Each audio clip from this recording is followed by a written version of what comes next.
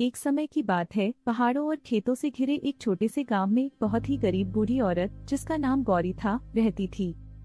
उसके पास एक छोटी सी झोपड़ी और थोड़ी सी जमीन थी। वह मेहनती और दयालु थी और हर सुबह जंगल से लकड़ियां लाकर उन्हें बेचकर अपना गुजारा करती थी। गांव वाले कहते थे कि जंगल में कई रहस्य छिपे हैं, लेकिन गौरी कभी डरती नहीं थी। एक दिन जब वह लकड़ियां इकट्ठी कर रही थी, तभी उसे एक अजीब आवाज सुनाई दी, जैसे कोई धीरे धीरे रो रहा हो। वह आवाज की दिशा में गई और देखा कि छोटा सा सफेद खरगोश कांटों में फंसा हुआ है। गौरी ने तुरंत उसे छुड़ाया और प्यार से कहा, डरो मत, अब तुम सुरक्षित हो। इस पर खरगोश अचानक चमकने लगा और एक छोटे से जादुई दूत में बदल गया।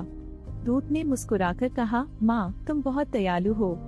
मैं जंगल की जादुई दुनिया से आया हूँ। तुम्हारी दया के बदले मैं तुम्हें एक उपहार दूंगा। उसने अपनी हथेली घुमाई और एक छोटा सा मिट्टी का मटका प्रकट किया। उसने कहा, यह साधारण मटका नहीं है। जब तुम कहोगी मटके मटके भोजन बना, तो यह स्वादिष्ट खाना बनाने लगेगा, और जब कहोगी मटके बस करो, तो यह रुक जाएगा। गौरी ने धन्यवाद कहा और मटका घर ले आई। उस रात उसके घर में खाने के लिए कुछ नहीं था। उसने डरते डरते कहा, मटके मटके भोजन बना। अचानक मटके से भाप निकलने लगी और गरम गरम खिचड़ी बनने लगी। थोड़ी देर में मटका भर गया। गौरी खुशी से बोली, मटके बस करो। उस दिन गौरी ने पेट भरकर खाना खाया। अगले दिन उसने सोचा, अगर यह मटका इतना खाना बना सकता है, तो मैं गांव के भूखे लोगों की भी मदद कर सकती हूँ। फिर उसने बच्चों और गरीब परिवारों को बुलाया और सबको खाना खिलाया। धीरे धीरे पूरा गांव जान गया कि गौरी के पास एक जादुई मटका है।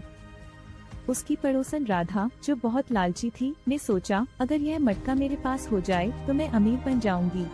एक रात वह चुपके से गौरी के घर में घुस गई और मटका चुरा लिया। राधा ने कहा, मटके मटके भोजन बना। मटका तुरंत खाना बनाने लगा। चावल, दाल, खिचड़ी सब निकलने लगा। राधा खुश हो गई, लेकिन उसे याद नहीं था कि रुकने वाला मंत्र क्या है। जब खाना बहुत बन गया तो उसने चिल्लाते हुए कहा, रुक जाओ, बंद हो जाओ, बस करो। पर मटका रुकता ही नहीं था। पूरा घर भर गया। खिचड़ी दरवाजे से बाहर आने लगी और सड़क भर गई। लोग हैरान रह गए।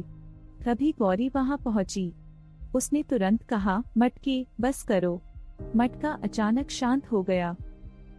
राधा बहुत शर्मिंदा हो गई। उसने गौरी से माफी मांगी और मटका लौटा दिया।